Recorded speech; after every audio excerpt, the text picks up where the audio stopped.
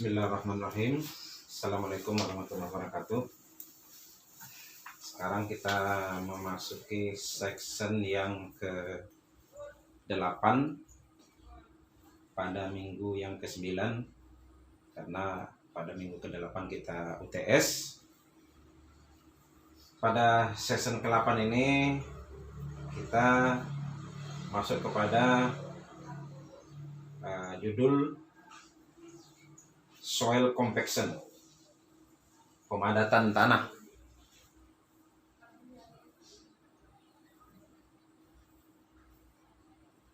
Kita baca dulu pelan-pelan introduction-nya. Di dalam konstruksi penimbunan jalan atau highway, jadi penimbunan itu disebut juga embankment, bendungan tanah, adang, dan banyak konstruksi engineering struktur engineering yang lain. Tanah yang loose, tanah yang tidak padat maksudnya, harus dipadatkan untuk meningkatkan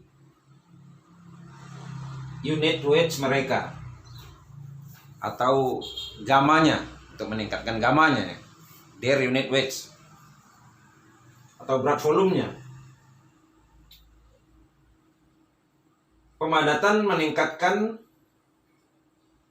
kekuatan dari karakteristik tanah, yang mana meningkatkan bearing capacity-nya atau daya dukungnya, daya dukung dari suatu fondasi yang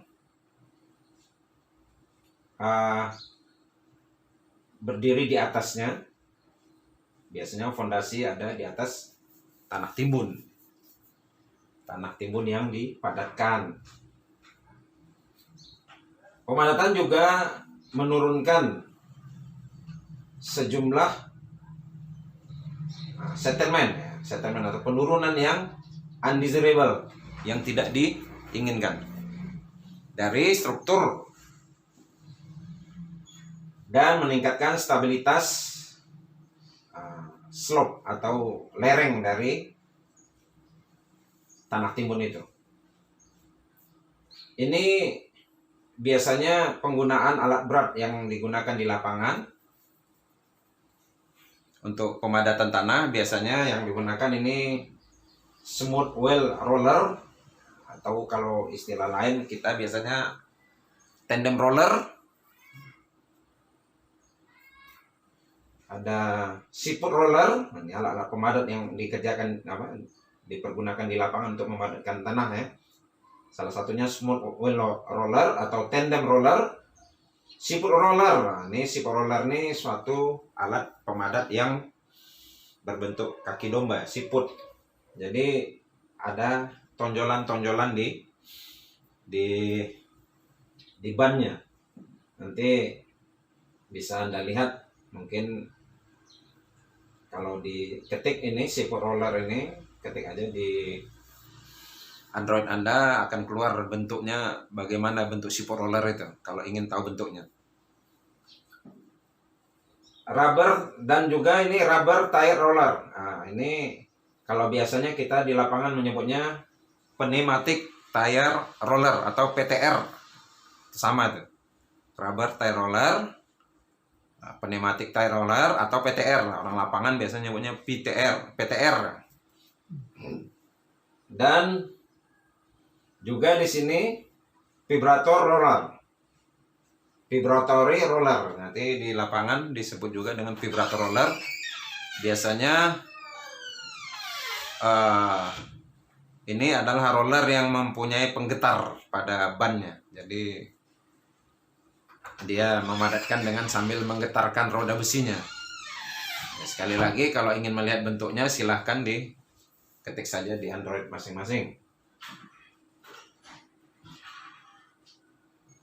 Ini umumnya digunakan di lapangan untuk memadatkan tanah.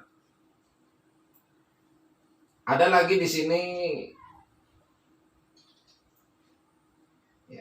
Vibrator roller biasanya digunakan untuk yang tanah-tanah yang granular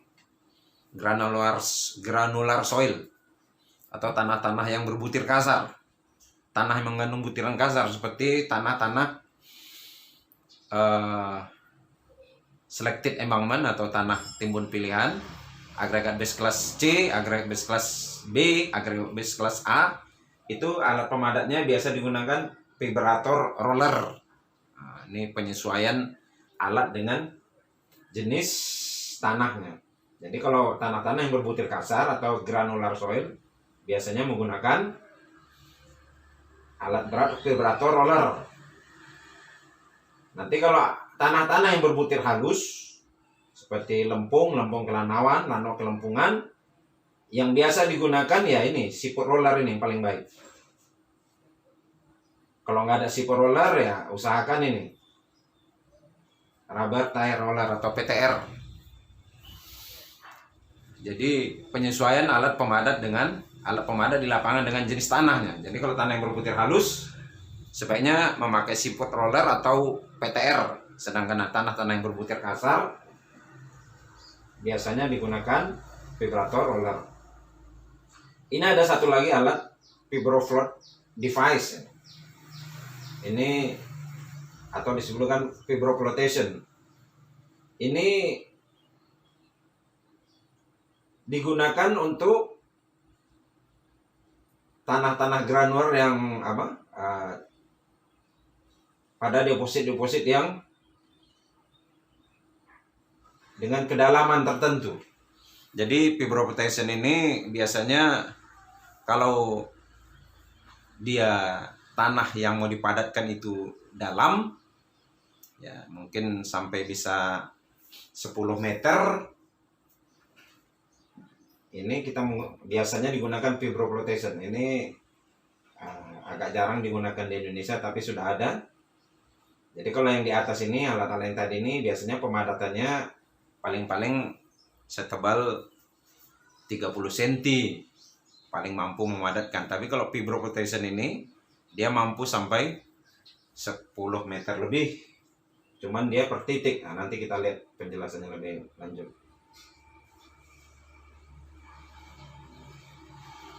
Oke.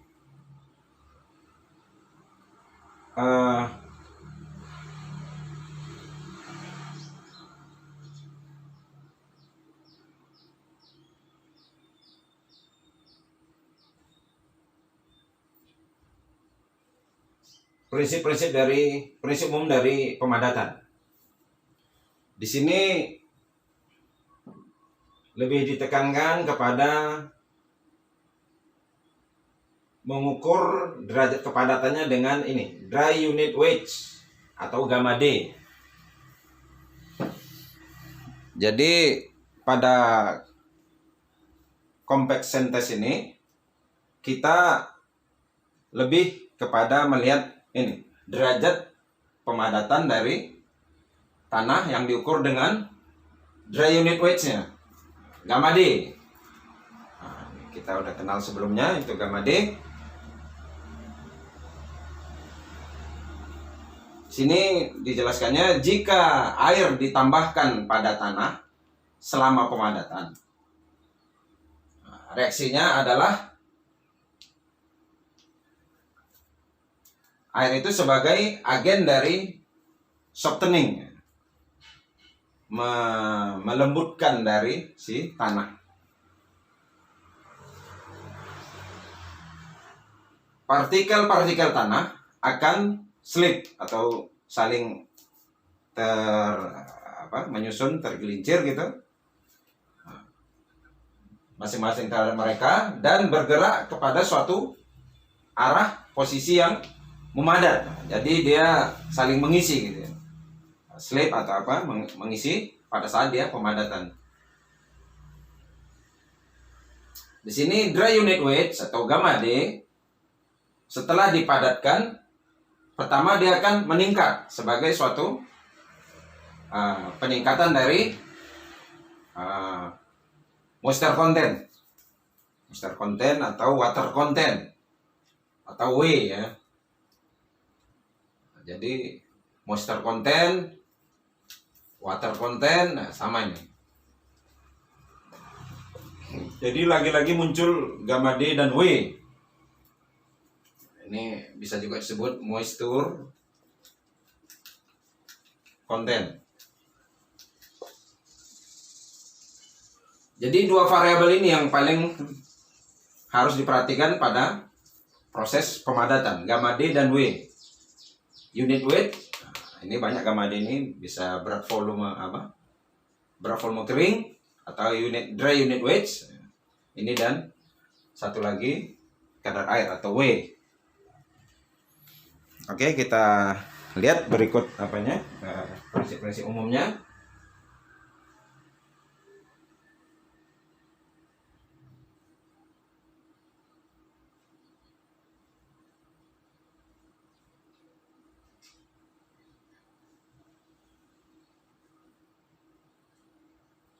Di sini dijelaskannya bahwa moisture content yang pada maksimum dry unit weight ini dipengaruhi oleh suatu istilah yang namanya optimum moisture content. Jadi ada dua di sini istilahnya, yang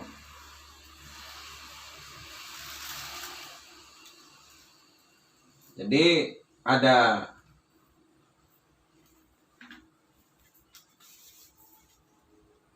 gamma D maksimum. Nah, ini nanti ada istilah lainnya atau MDD. MDD ini maksimum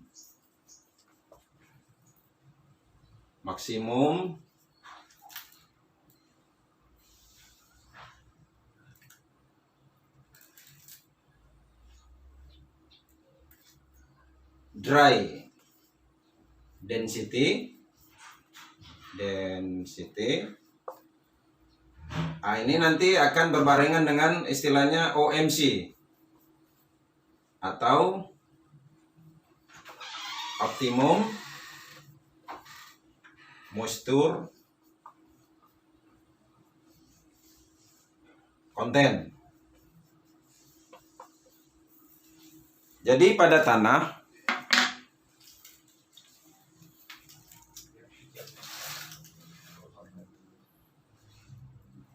di sini akan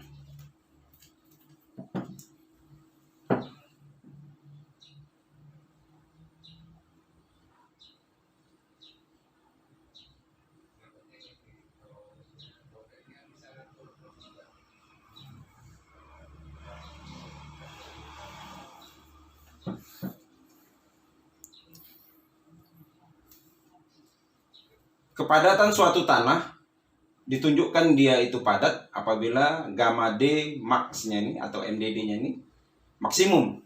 Gamma D-nya maksimum. Ini kepadatan yang maksimum ini bisa diperoleh dengan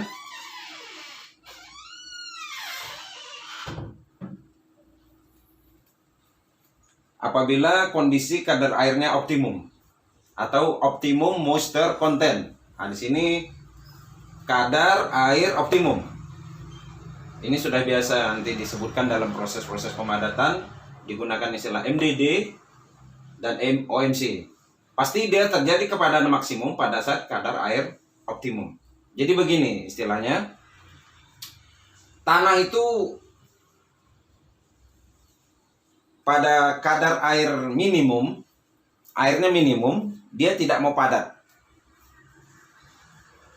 Airnya sedikit, tanah itu tidak mau padat.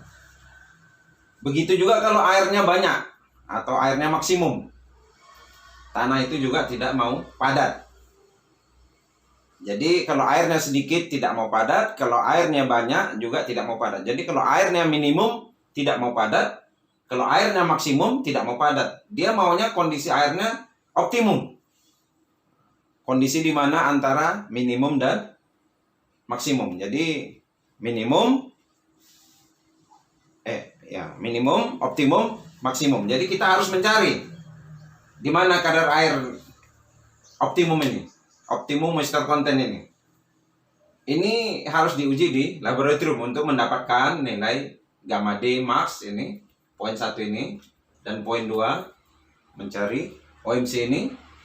Kita harus mengujinya di laboratorium supaya kita tahu jenis tanah tertentu itu berapa gamma D max-nya atau MDD-nya berapa. Nah, di sini nanti satuannya MDD ini biasanya ya, gram per sentimeter kubik, atau nanti di lapangan bisa ton per meter kubik. Yang ini satuannya persen. Jadi gamma D max itu satuannya gram per sentimeter kubik, kalau OMC satuannya persen. Misalnya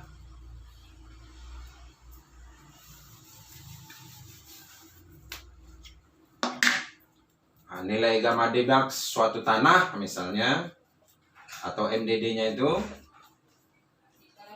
sama dengan misalnya 1,9 ton per meter kubik. OMC-nya misalnya nilainya 20%. Seperti ini kondisinya, kira-kira nilainya. Oke, kita lanjutkan berikutnya.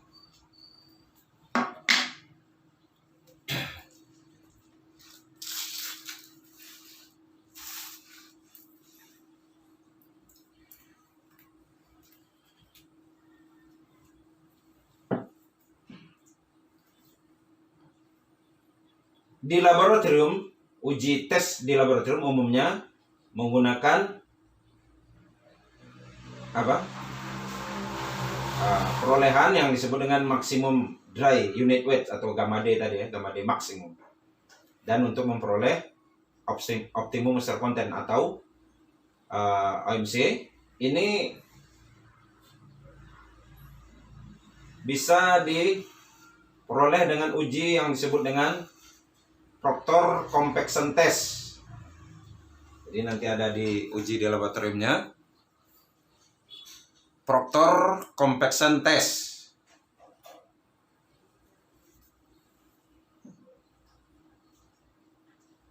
Jadi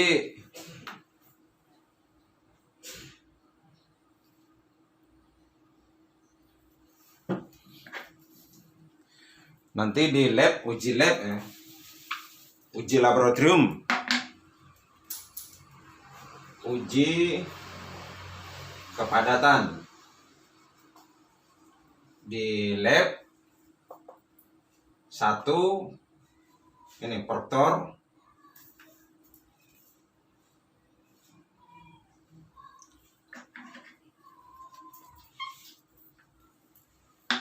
yang pertama standar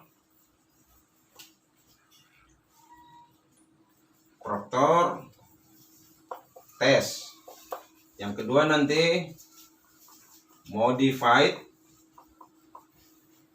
proctor test. Jadi ada 2 pengujian uji kepadatan di laboratorium. Yang pertama standar proctor test, yang kedua modified proctor test. Kita akan lihat satu-satu.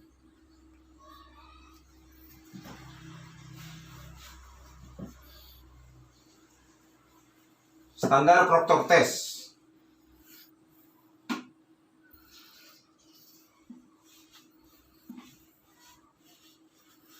Jadi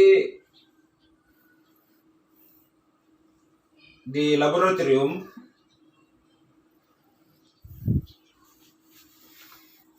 antara standar proctor test dan modified proctor test hanya dibedakan dari ini.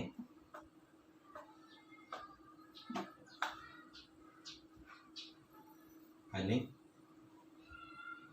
molnya. Nanti standar proctor test dan modified proctor test hanya bedanya nanti mol. Jumlah lapisan pemadatan di sini di dalam mol ini, nanti tanahnya ada yang diisi 3 lapis seperti ini, dipadatkan per lapis, ada yang 5 lapis, nanti kita lihat. Dan yang ketiga ini hammer. Jadi beda ini, beda antar uji standar Proctor Test dan modified Proctor Test, ya bedanya di 3 alat ini. Mold, jumlah lapisan ini, jumlah lapisan di dalam mold, jumlah lapisan tanah di dalam mold, dan hammernya. Hammernya nanti ini ada 2. Moldnya juga ada 2 jenis. Hammernya ada 2 jenis. Jenis lapisan ini juga ada 2 jenis. Ada yang 3 lapis, ada yang 5 lapis. Nanti jumlah tumbukan juga satu lagi, ada yang 2 jenis. Jadi yang pertama yang membedakan ini antara standar Proctor Test dan modified Proctor Test, 1 mol. Bedanya 1 mol. Ini ada 2 jenis. Hammer ada 2 jenis juga. Yang ketiga, jumlah lapisan.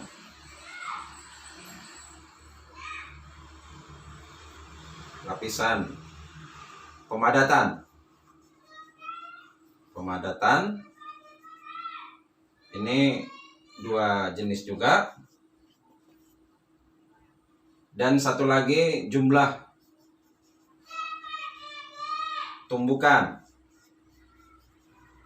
Ini 2 jenis. Jadi inilah yang membedakan antara uji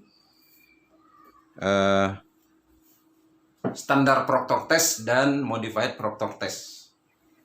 Kita kembali ke buku kita.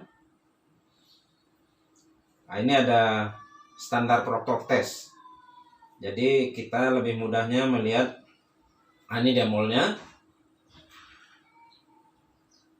Ini hammer, sama ya. Ini foto saat orang mengujinya, tapi saya kira lebih bagus yang ini. Nah ini, nah, sama dengan yang ini tadi foto ilustrasinya. Nah, ini hammernya, ini mol. Nanti molnya ini bisa dipisah nih, ada kepalanya, ada apa. Nanti kita perlukan mol yang ini karena dia nanti terpisah 2 seperti ini. Ini. Jadi nanti yang kita ukur volumenya ini mol yang di bawah ini. Kita ukur diameternya, nanti dapat luasannya. Nah, di sini sudah tertentu diameternya, dan kita ukur tingginya. Nanti dari luasan dan tinggi dapat volume. Nah, ini hammernya yang biasa digunakan, tinggi jatuhnya sekitar ini 30 cm lah gitu, 304 mili atau 12 inci ya. Berat hammernya itu sekitar 2,5 kg atau 5,5 loop. Oke, kita lanjutkan.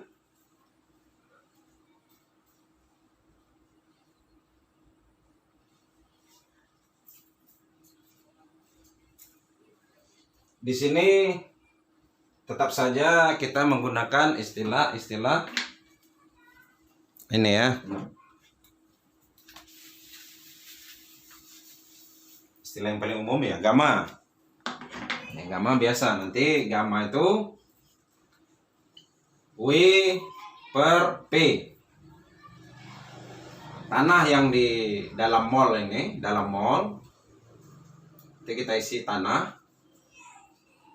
Nah, ada yang kita padatkan 3 lapis. Ini tanahnya, beratnya nanti dikurangi dengan berat mol ya dapat. Makanya langkah pertama biasanya nimbang mol dulu. Jadi di sini kita lihat, nah ini penimbangan seperti ini, ditimbang molnya dengan tanahnya, ditimbang nanti ini Nanti dikurangi dengan berat mol, ya. Tentu molnya sebelumnya sudah ditimbang, dapatlah W. Setelah itu kan tadinya kita ukur diameternya sama tingginya, dapatlah P. Jadi dapat gamma. Dapat informasi tentang gamma. Dari timbangan dapat W dan dari ukuran dapat volume. Jadi dapat ini W per P.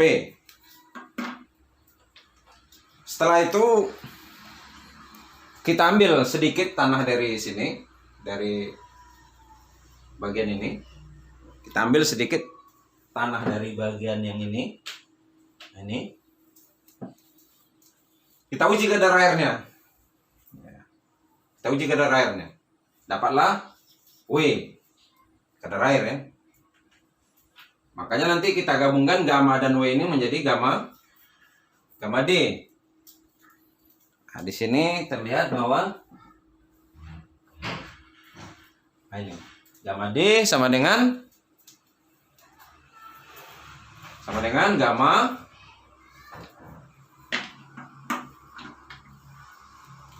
dibagi 1 plus W per 100 ya. Ini udah biasa kita kenal rumusan ini ya. Sama dengan. Jadi seperti itu. Dari hasil uji tadi kita dapatkan gamma dan kita uji kadar airnya, nanti dapat gamma D atau berat volume kering. Dry unit weights-nya ya, gamma D. W. Nah, di sini persentase air ya, ini nanti satuannya persen. Gamma D kita tadi tahu sudah gram per sentimeter kubik satuannya. Oke. Nanti di sini kita juga coba melihat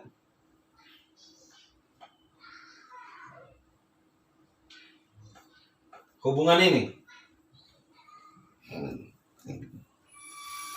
Dari hubungan ini kita bisa mencari nilai E. Gamma D kita sudah dapat dari hasil pengujian itu. GS ya, tentunya tanah itu kita uji juga GS-nya, spesifik gravity-nya. Bagaimana mengujinya sudah, teorinya sudah kita pelajari di pertemuan kedua. Ini gamma W nilainya ya 1 gram per sentimeter kubik. Gamma W itu biasa, gamma water. 1 gram per sentimeter kubik atau 1 ton per meter kubik. Jadi kalau sudah tahu nilai ini, nilai gamma D, GS, gamma W, berarti kita bisa mencari nilai E dari hubungan itu. Kalau sudah kita dapat nilai E, kita bisa juga mencari nilai, nah, kita hubungkan dengan rumusan sebelumnya.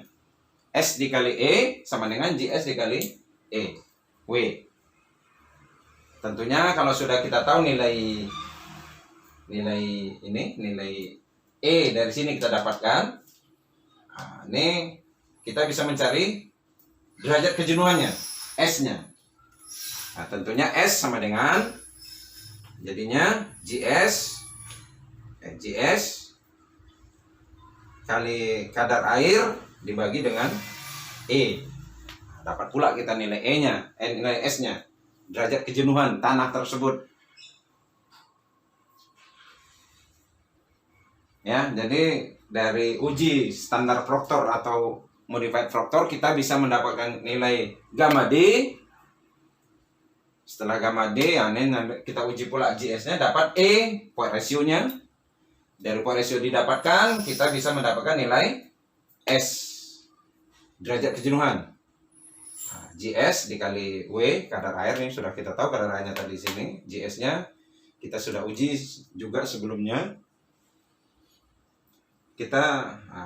Ini tadi dari nilai yang hubungan di sini kita dapatkan E itu, maka didapatkan derajat kejenuhan.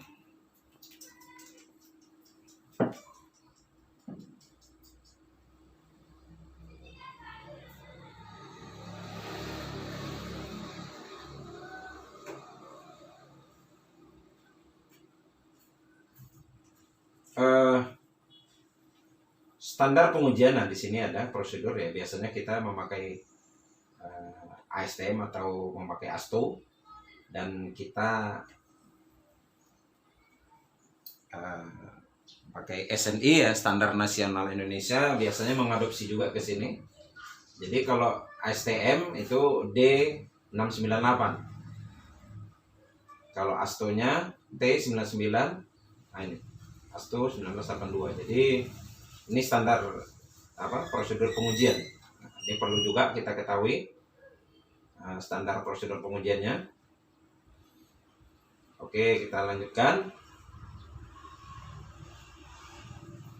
Nah, ini nanti tampilannya, datanya seperti ini.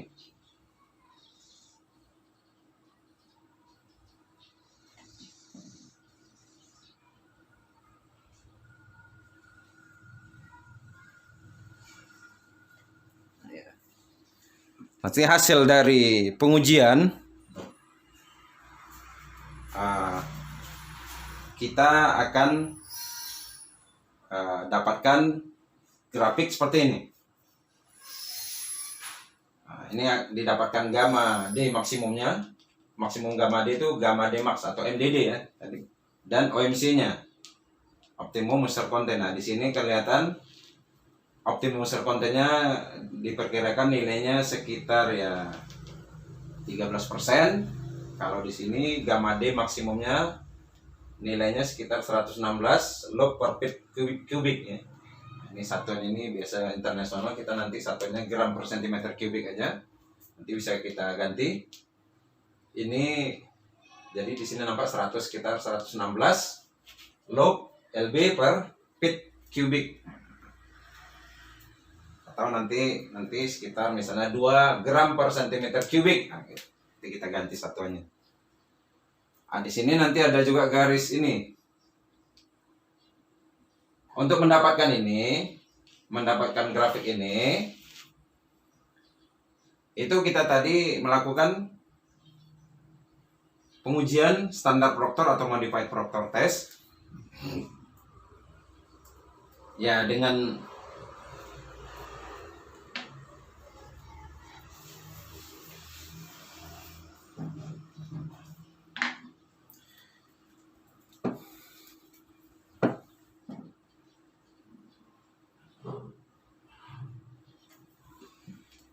dengan 5 ya.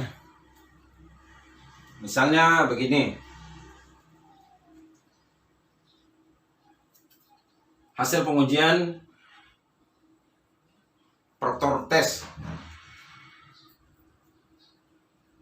Hasil uji standar, bolehlah standar Proctor test.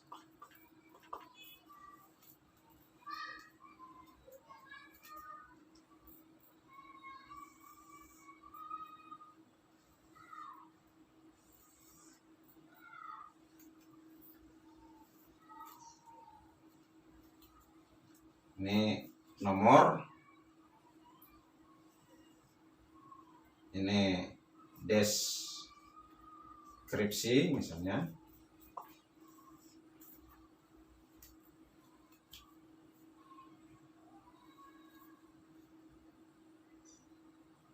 Ini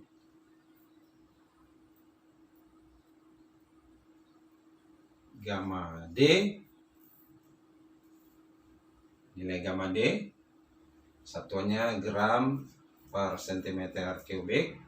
Sini nanti W, satuannya persen. Coba kita misalnya pada uji pertama dia 5 kali pengujian, paling tidak 5 atau bisa lebih.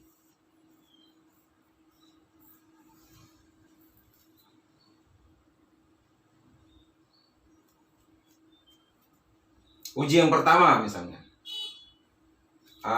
gamma D-nya, kadar airnya misalnya 14%.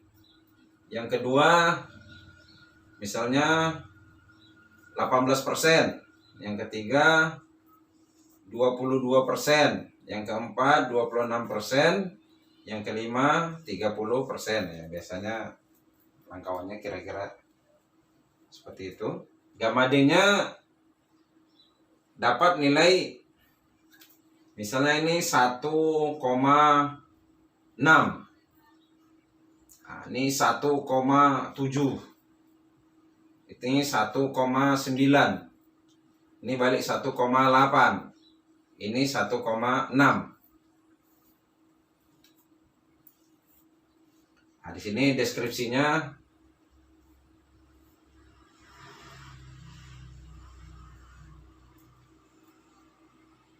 uji standar Proctor. Misalnya seperti ini, kita dapatkan di lab angka-angkanya. Jadi dilakukan 5 kali pengujian ya. Untuk mendapatkan nilai ini, mendapatkan nilai OMC, Optimum Moisture Content, dan Gamma D Max ini atau MDD ini, kita harus melakukan paling tidak 5 kali pengujian. Kalau sekali pengujian saja tidak akan ditemukan ini nilai ini. Ya, ini bisa juga kalau yang pengalaman 4 kali boleh. Kalau yang tidak pengalaman mungkin bisa saja sampai 7 kali, bisa saja 7 kali pengujian. Nah, ini tergantung. Tapi yang biasa dilakukan ya 5. Dilakukan di laboratorium ya. Jadi dari nilai ini kita membuat grafik. Nah, gitu. Ini misalnya nilainya ya disamakan aja jaraknya.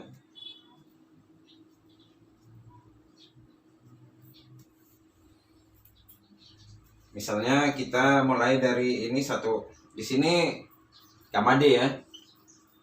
Di sini W.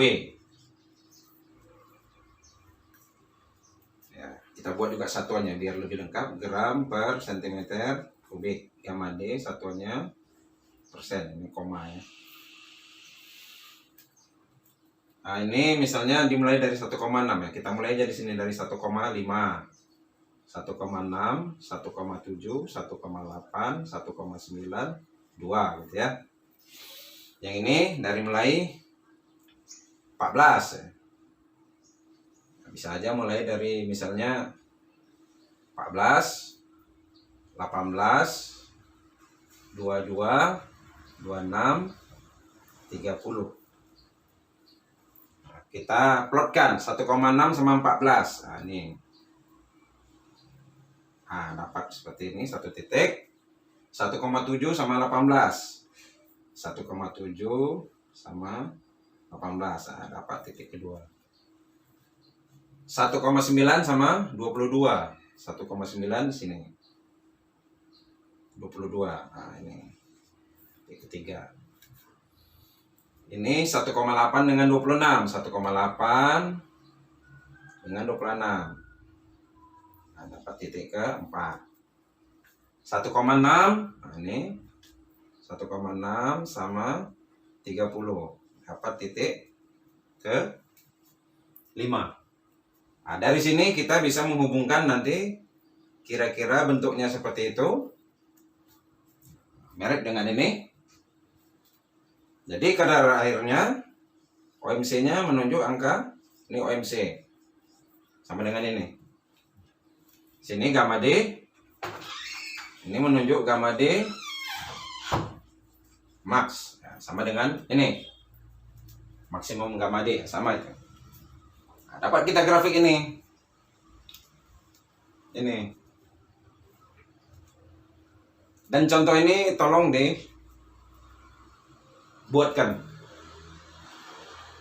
dibuatkan di rumah sebagai PR. Satu, membuat grafik ini. Pada pertemuan ini termasuk PR yang pertama. Datanya kira-kira seperti ini. Buatkan grafiknya pakai Excel aja, nanti dibuat. Nanti kita tentukan juga nilai GS-nya. Misalnya GS-nya kita sudah tahu cara mengujinya, cuman kita belum pernah menguji. Nanti di lab uji tanah kita akan pelajari itu. Misalnya GS-nya kita tentukan 2,65. Nah, seperti ini ya. Nah, ini 2,69. Nah, silakan. Kita akan mendapatkan grafik ini.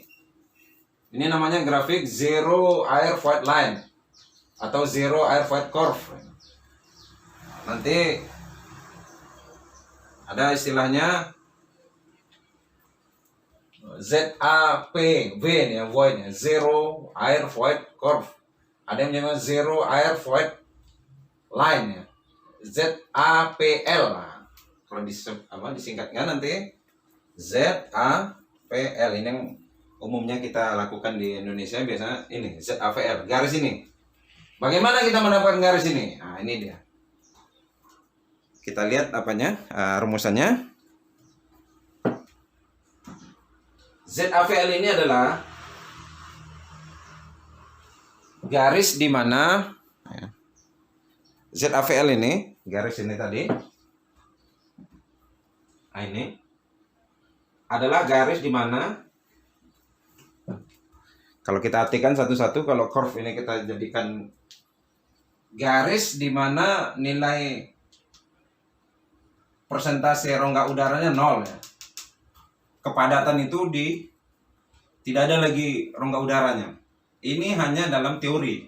Dalam pelaksanaan tidak bisa kita buat padatnya itu betul-betul air void-nya itu rongga udara itu zero, nggak mungkin. 0 ya, nggak mungkin kita. Ini hanya dalam teori. Tidak bisa dibikin oleh manusia padatnya tuh udaranya tuh nggak ada, nggak bisa. Jadi seperti besi aja masih ada udaranya. Bagaimana memadatkan tanah supaya dia seperti besi? Nggak mungkin. Ini hanya ada dalam teori. Tapi ini penting sebagai Sebagai referensi ya. Ini garis ini tidak boleh memotong ini. Misalnya dia yang garis ini tuh dipotongnya sini. Nah, ini nggak boleh, ini nggak mungkin. Ini sebagai referensi bahwa kepadatan kita tuh masih di bawah kepadatan yang teoritis. Ini kepadatan teoritis ini. Kepadatan yang tidak ada air void-nya, 0, 0. Itu nggak mungkin kita bisa lakukan. Jadi untuk mendapatkan garis itu kita menggunakan rumusan ini. Nah, ini. Ini ya. Nah, ini. Kita gunakan aja yang mudah. Berarti ZAP sama dengan rumus ini, gamma W dibagi ini. Coba kita ini kan.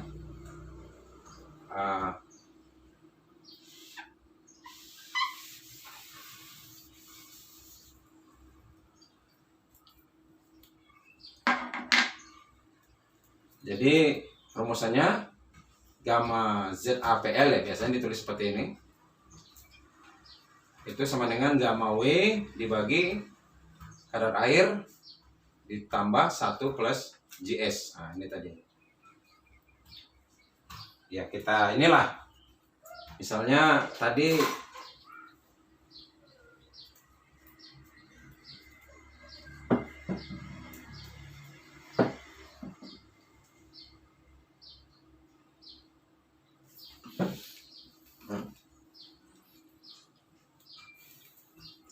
kita sambung tabel yang tadi juga boleh. Nah, ini tadi nilai W, ini gamma ZAPL. Nah, ini satunya tetap gram per cm kubik. Ini persen ya. Tadi kadar airnya 14, 18, 22, 26 dan 30. Nah, kita hitung aja. Misalnya untuk yang 14. Berarti gamma ZAPL-nya sama dengan 1 per, nah ini gamma W 1 per kadar airnya, berarti 0,14 ditambah tadi seper GS-nya tadi kita bilang 2,65 berarti 2,65 seperti itu. Ini lebih kurang nilainya berapa? Nanti kalau yang 18 ganti ini 0,18. Kalau 22 ganti ini 0,22. 26 ganti ini 0,26. 30 gitu ganti 0, nanti dapat nilai ini. Gitu ya. Dapat nilainya. Setelah kita hitung, nanti silahkan dihitung. Jadi dengan gunakan rumus ini gamma ZAVL ini tadi, rumus yang tadi, gamma W yaitu 1, W itu kadar airnya sesuai dengan ini, yang data ini tadi, ditambah 1/GS, 2,65. Dengan dapatnya nilai ini nanti akan didapatkan misalnya titik yang 30%, misalnya berapa ininya nilai di sini, misalnya mungkin di sini, titiknya ya. Yang 26% mungkin di sini, yang 20% mungkin 20%, yang 18 mungkin di sini, yang 14% mungkin di sini. Nah ini nanti lo dapat garis, gitu ya. Nah seperti itu. Nah, inilah garis apa? ZAPL tadi. Garis ini. Nah, ini coba dilakukan di rumah. Dibuatkan dengan data ini tadi, data yang sudah dituliskan tadi, buatkan grafik seperti ini. Karena grafik ini adalah goalnya, tujuan dari pelajaran kita, yaitu tentang pemadatan tanah. Tidak ada pelajaran pemadatan tanah tanpa grafik ini. Inilah goalnya, tujuannya. Kalau kita sudah dapatkan grafik seperti ini, grafik ini sama ya. Ya, inilah tujuan dari pemadatan tanah di laboratorium. Apa hubungannya pemadatan tanah di laboratorium dengan pemadatan tanah di lapangan? Nah, di sini tadi kalau disebutkan kan pemadatan tanah itu kan banyak di lapangan ya. Nah, seperti alat-alat nih tadi. Nah, nanti kita hubungkan. Apa hubungannya? Jadi untuk mengetahui kepadatan tanah di lapangan, kita harus mengetahui dulu kepadatan tanah tersebut di laboratorium. Nah, seperti ini datanya. Sama. Jadi tanah yang akan dipadatkan, nah, nanti kita apa? Di lapangan, tanah yang akan dipadatkan, tanah timbun yang akan dipadatkan di lapangan, itu harus kita bawa ke lab dan kita uji standar Proctor test atau modified Proctor test ya, datanya seperti ini. Kita uji dulu dia di lab. Baru kita nanti tahu standar apa? Persentase kepadatan di lapangan. Oke, ini grafiknya. Nah, ini sudah ini. Berarti sudah saya jelaskan sampai di sini. Nah, tolong nanti dibuatkan di rumah grafik ini ya. Grafik ini dengan data yang ini tadi. Nah, ini. Data yang ini silahkan diapakan sebagai PR. Jadi dapat buatkan grafik itu. Jadi fungsi sumbu X nya adalah W kadar air, fungsi sumbu Y nya adalah gamma D atau berat volume kering. Nah, nanti akan dapat gamma D max. Di puncak-puncaknya ini akan dapat gamma D max dan OMC. Ini penting, informasi OMC dan gamma D max ini sangat penting untuk kita bawa ke lapangan. Kalau nggak kita dapatkan ini sangat sulit untuk kita mengetahui derajat kepadatan di lapangan. Ini kita apa nanti? Informasi tanah yang ada di lapangan kita bawa ke lab, kita uji standar Proctor test atau modified Proctor test. Kita dapatkan data seperti ini, ya kita bawa data ini. Gamma D max dan OMC ini. Kita pegang betul data ini. Tapi ya, tolong dibuat dulu data apa ini, grafik ini. Jadikan apa ini, nanti grafiknya buat aja di Excel, dan ini tabelnya silahkan dibuatkan di Excel. Oke, kita lanjutkan.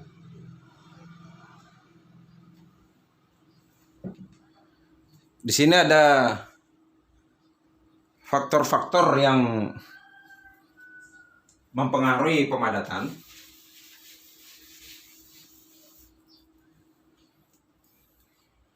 Ada beberapa yang faktor-faktor ini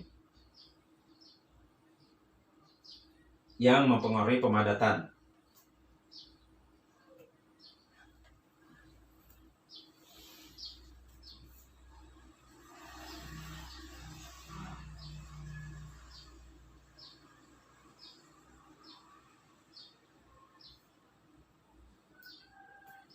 Jadi faktor-faktor yang mempengaruhi pemadatan di samping kadar air, kata dia, ada faktor penting lainnya yang mempengaruhi pemadatan. Di antaranya adalah satu, jenis tanah. Nah, jadi di samping kadar air yang mempengaruhi pemadatan, kata dia, kita lihat yang pengaruhnya jenis tanah juga. Dan ini energi pemadatan. Jadi nanti akan kita lihat energinya, jenis tanahnya tentu berbeda-beda, kondisi di lapangan pasti beda-beda. Jadi kadar air beda-beda, jenis tanah juga berbeda-beda. Mungkin aja tanahnya itu pasir kelempungan, pasir kelanauan, atau lempung kelanauan, lanau kelempungan, itu jenis tanahnya ya sesuai dengan kondisi di lapangan. Dan juga ini compaction effort atau energi pemadatan. Nah, di sini nanti kita perlu tahu energi pemadatannya di lab bagaimana, di lapangan bagaimana. Nah, nanti kita akan lihat berapa banyak energi. Energi ini adalah ya usaha berapa pemadatan. Kalau di lab ya mungkin nanti dengan jenis standar Proctor dan modified Proctor, jumlah tumbukan ada yang 25, ada yang 56, nanti kita lihat. Kalau di lapangan ya nanti tergantung alat beratnya, tipe yang bagaimana, dan jumlah lintasannya. Nah, jumlah lintasan itu ya passing namanya. Jadi kalau di lapangan itu misalnya tandem roller ya, passingnya tuh 1, 2 itu gitu ngitungnya. Maju ke sana sekali, mundur, nah itu 1, 2, 3 gitu. Nanti itu dihitung. Karena ini compaction effort ini kalau di lapangan bergantung dengan jumlah passing itu. Ini jumlah passing ini tidak bisa dianggap sepele karena di sini bagian dari usaha pemadatan, dan di sini ada nilai ekonomi di sini. Kita tahu bahwa alat berat itu nilai operasionalnya sangat mahal ya. Cukup mahal. Kalau saya di pelajaran, saya nanti kebetulan ngajar juga di alat berat, bahwa ya ilustrasinya kalau alat pemadat itu 1 jamnya bisa, kalau dia HP 200 bisa memerlukan minyak 25 liter, sedangkan 1 hari 8 jam bisa 200 liter ya. 200 liter itu sekitar 1 drum. Jadi kayak gajah minum ya. Nah, bagaimana dia setiap kali bergerak itu, kalau saya ilustrasikan ya bunyinya dut. Nah itu kalau sama dengan dia buang duit itu, duit. Nah, di sini ini hati-hati dalam apa, ini harus tepat dalam perhitungan compaction effort ini. Kalau ini ditentukan dengan kondisi lapangan dan kadar air, ini kondisi lapangan nih, kadar air, dan ini kalau ini, nah ini perhatian kita sebagai orang sipil, tidak bisa main-main di sini karena di sini usaha pemadatan dan nilai ekonomis. Oke, kita lihat di sini efek dari jenis tanah.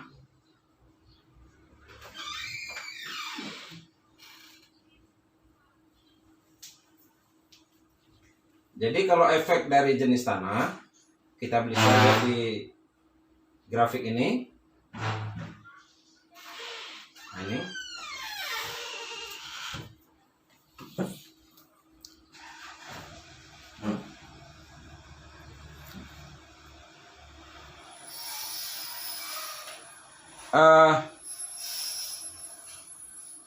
Kalau yang tanahnya ini poorly graded sand ya, ini jenis pasir yang gradasinya jelek, ini tanah lempung yang plastisitasnya tinggi. Ini tanah lempung ke Kelanawan. Ini tanah lempung ke Kepasiran. Makin ke atas kondisi materialnya tambah bagus. Oke, dari grafik ini kita bisa lihat beberapa jenis tanah. Ini tanahnya nih makin ke atas ini makin kasar, ini grafiknya ini yang paling halus, berarti yang paling kasar ini. Nah, makin ke atas makin kasar ini apanya gradasinya, sehingga tampak di sini bahwa semakin halus butiran itu MC-nya semakin besar. Nah, seperti ini nampak dia sekitar 16. Nah, ini OMC-nya sekitar ya 13. Yang ini OMC-nya sekitar 11. Jadi makin kasar butiran tanah, OMC-nya semakin kecil. Sebaliknya gamma D max-nya atau MDD-nya semakin kasar dia semakin besar. Nah, seperti ini terlihat sekitar 119. Nah, kalau dia makin halus sekitar 116. Nah, ini 108. Jadi itu apanya? Makin kasar butirnya, MDD-nya makin naik. Sedangkan OMC-nya semakin turun. Jadi kalau misalnya granular soil itu biasanya MDD-nya besar, nah ini termasuk granular, OMC-nya kecil. Tetapi kalau tanah-tanah lempung, tanah-tanah lanau, MDD-nya kecil, OMC-nya besar untuk mencapai kepadatan. Nah, seperti itu ya. Ini hubungannya.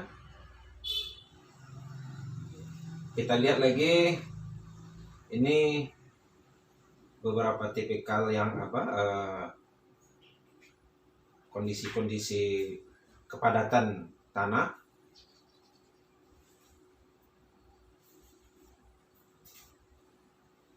Ini ada beberapa bentuk model kepadatan, ini TPA. Ya, ini biasanya untuk beberapa jenis tanah, ada yang tipenya seperti ini, ada yang gini, ada juga yang double peak ya, dua puncaknya, ini satu, ini dua, peaknya dua. Kalau ini tadi peaknya satu ya.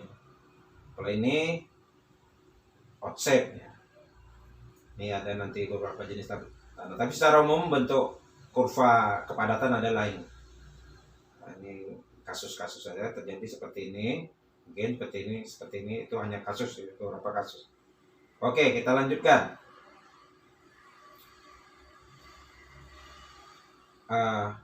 Sebelumnya sudah kita jelaskan bahwa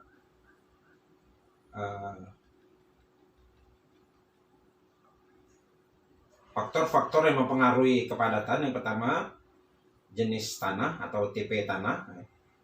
Yang kedua ini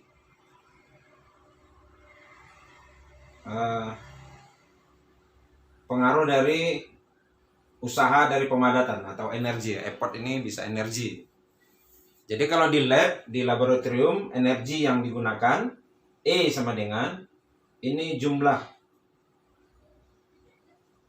tumbukan per layer. Jadi satu layer berapa tumbukan. Nah, sebelumnya kita sudah tahu bahwa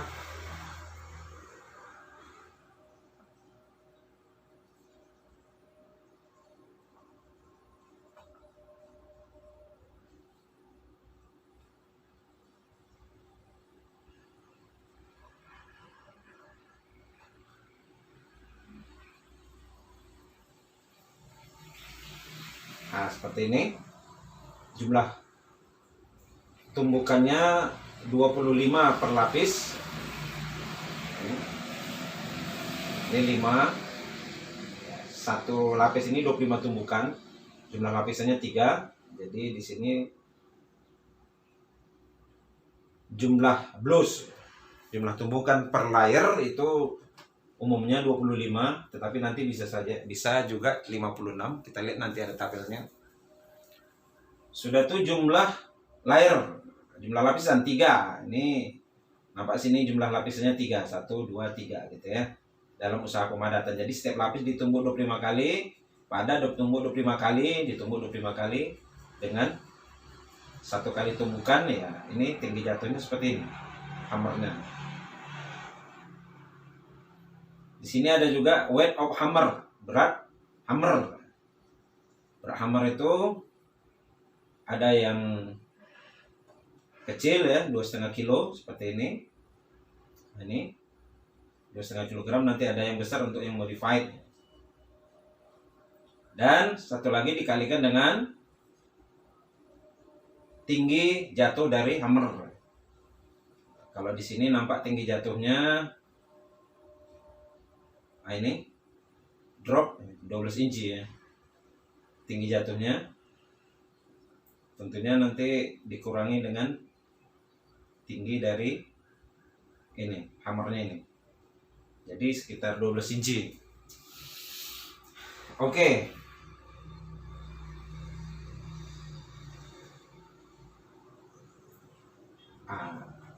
Energi sama dengan jumlah blouse atau jumlah tumbukan dikali jumlah lapisan dikali berat hammer dikali dengan tinggi jatuh hammer dibagi dengan volume mol. Volume molnya ini tadi. Tentunya sudah kita perhitungkan volumenya ini diameternya berapa, nanti dapat luasan. Tingginya berapa diukur. Nanti luas kali tinggi dapat volume mol.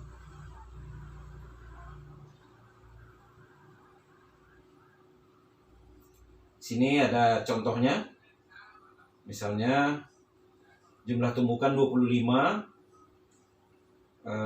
lapisannya jumlahnya 3, beratnya 5,5 lb, tinggi jatuhnya 1 feet ya, di sini dalam 1 feet, dan volume molnya sepertiga 30 didapatkan. Nah, ini hasil perkaliannya.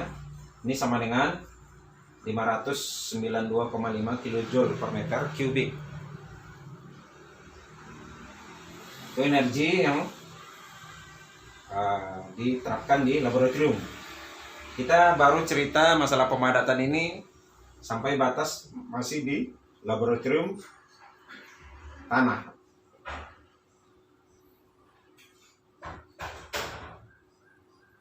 Ini ada grafik. Ini pengaruh dari energi pemadatan terhadap pemadatan sandy clay, lempung yang ke pasiran. Makin besar energinya, ini nilai MDD-nya makin meningkat. Nah, ini yang paling besar energinya. Makin ke bawah energinya makin sedikit, sedangkan OMC-nya makin besar. Jadi suatu jenis material tergantung juga dari energi pemadatannya, baik di laboratorium sesuai dengan rumusan yang ini tadi, nah ini, maupun nanti di lapangan kita bisa hitung energi alat pemadat.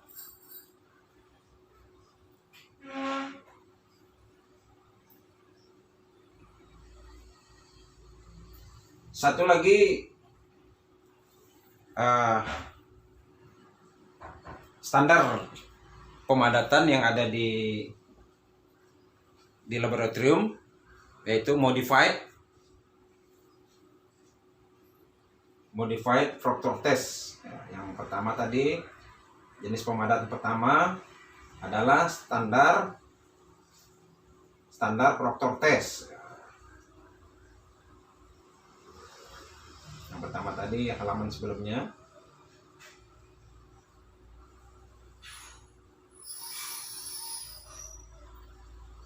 Nah, ini standar Proctor test dan modified Proctor test.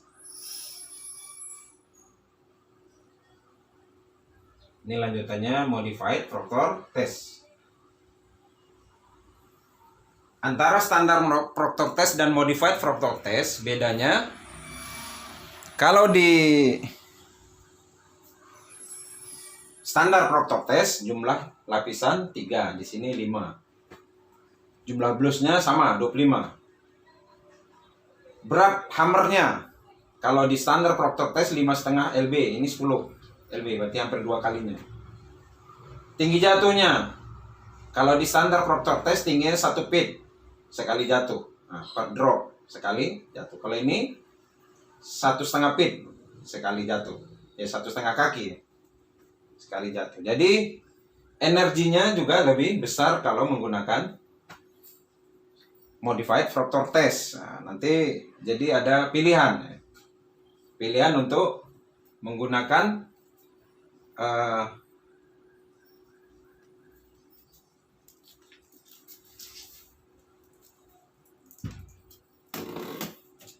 apakah menggunakan standar proctor test yang di laboratorium atau menggunakan modified proctor test.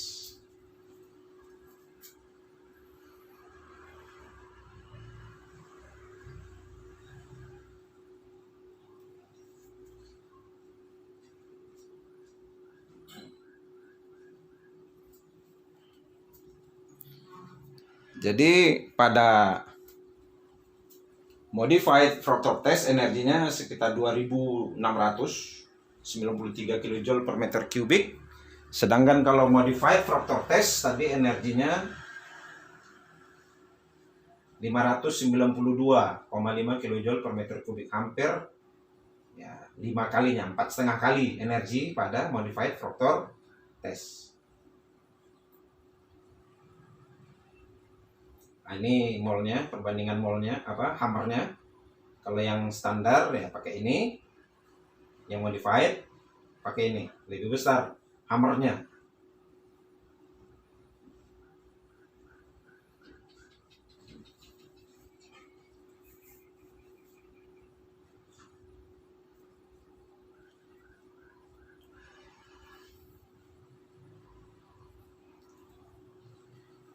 Pada standar proctor test ini ada beberapa metode. Ini metode A, metode B, metode C, metode D. Jadi perbedaannya antara metode A sama metode B, metode C. Di sini kita lihat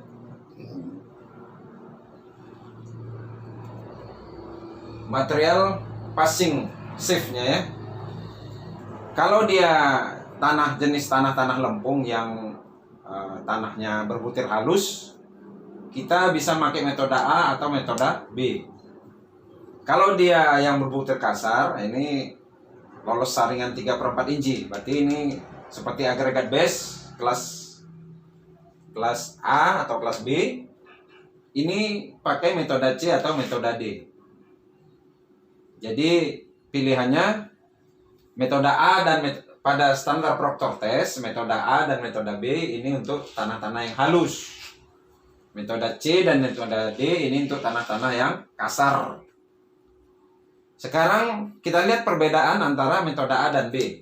Nah, tadi AB sama CB sudah jelas perbedaannya tergantung dari jenis material. Ini metode A dan B. Kita lihat kalau metode A lapisannya tetap 3, jumlah pukulan 25 per lapisan. Nah, di sini 3 jumlah lapisan tetapi jumlah pukulan 56. Jadi bisa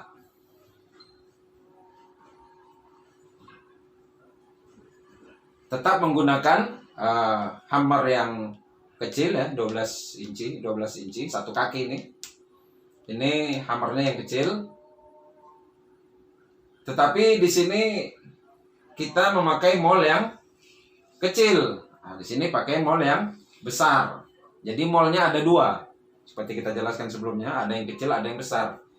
Jadi kalau kita pakai mol yang kecil, standar proctornya tanah kita tanah yang halus seperti tanah lempung, ya pakai metode ini. Kalau pakai mol yang besar, ya tanah lempung, ya tanah yang halus, ya pakai ini.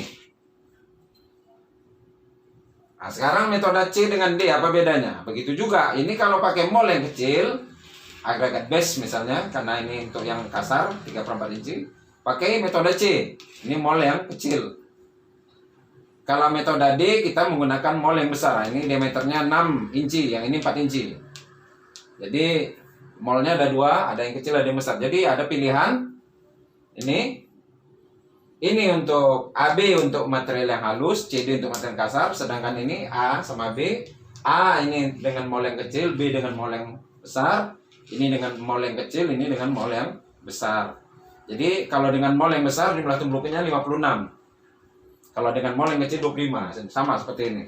Kalau dengan mol yang kecil jumlah tumbukannya per lapisnya 25, ini 56.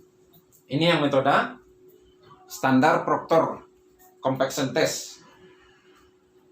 Nanti di format pengujian standar Proctor itu ditanya metodenya apa gitu. Apakah metode A, metode B, metode C, atau metode D.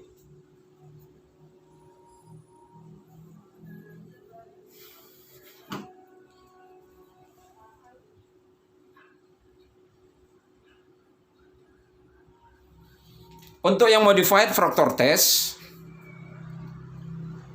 begitu juga, ada metode A, metode B, metode C, metode D. Untuk tanah yang halus, A sama B. Untuk tanah yang kasar, metode C dan atau metode D. Kalau pakai mol yang kecil, ini metode A. Kalau pakai mol yang besar, tanah yang halus pakai mol yang besar, metode B. Kalau tanahnya kasar, ya berbutir, ya 3/4 inci itu ya sekitar 19 mili, ya sebesar gitu batunya, paling kasar. Ya agregat kelas A, kelas B itu seperti itu. Ya pakai yang ini kalau molnya kecil. Kalau molnya besar pakai yang ini. Jumlah tumbukannya juga beda. Kalau molnya kecil 25, kalau molnya besar 56.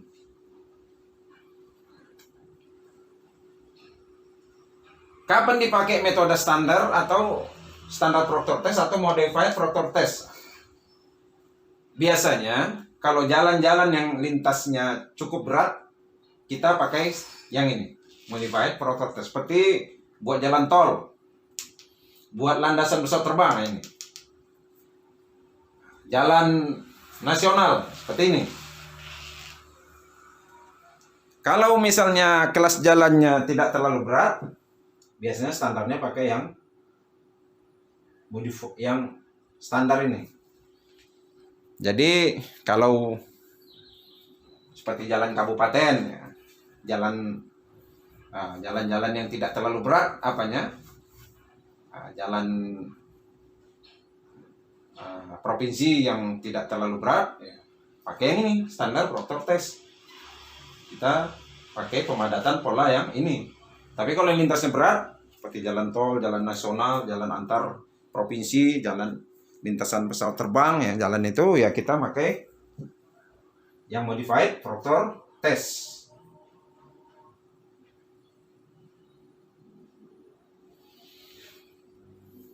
Jadi pilihannya seperti itu.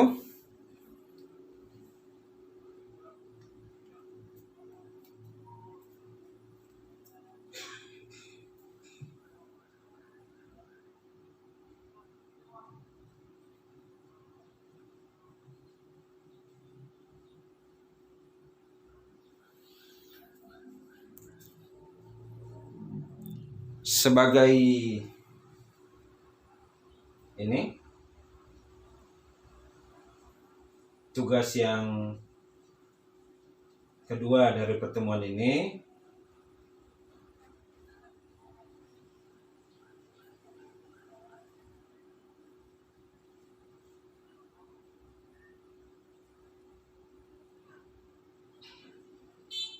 coba lagi kerjakan example ini 42 ini. Di sini ada data tentang ini hasil uji laboratorium dari standar Proctor test diberikan seperti tabel berikut. Nah, ini volumenya. Berarti dia ngujinya Stoaga Padma 6.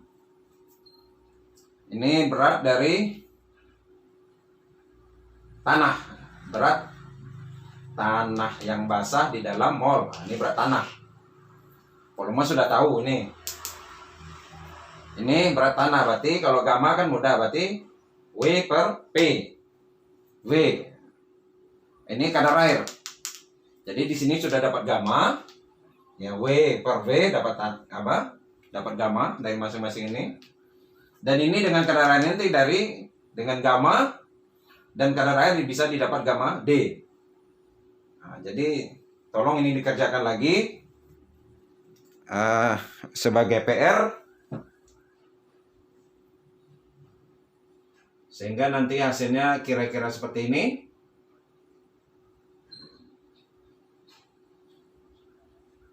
Nah, ini ada dry unit weight-nya ya, gamma D-nya. Ya mudah, kemarin sebelumnya sudah kita kasih tahu rumusannya.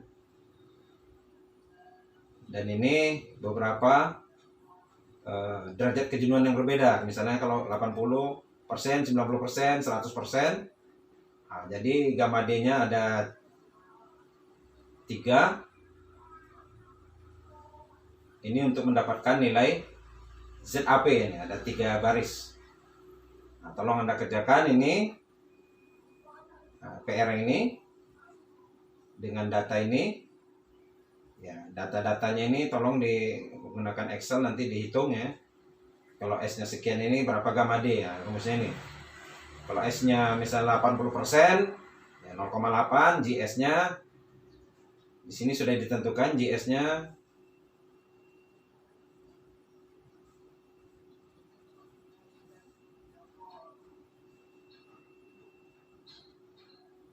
GS-nya 2,72 dengan rumus ini bukan minus ya, ini nyambung nih. Gamma D sama dengan, nah nanti dapat misalnya 0,8 ya, ini dapatnya 0,9, yang 90% ini dapatnya, yang kalau 100% ini dapatnya. Jadi nanti dibuatkan grafik ini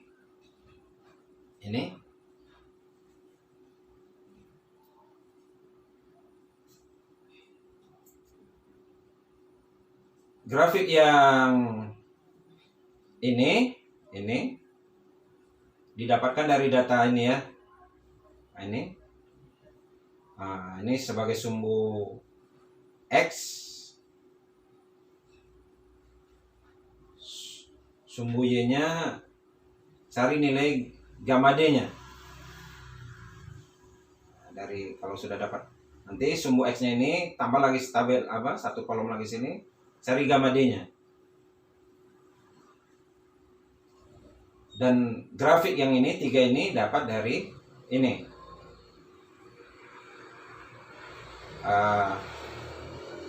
Ini sebagai sumbu X, ini sumbu Y. Yang satu, yang ini sumbu X, ini sumbu Y. Ini sumbu X, ini sumbu Y. Jadi ada 3 grafiknya. Seperti ini. Silahkan dikerjakan contoh ini. Untuk berikutnya akan kita lanjutkan minggu depan, insya Allah.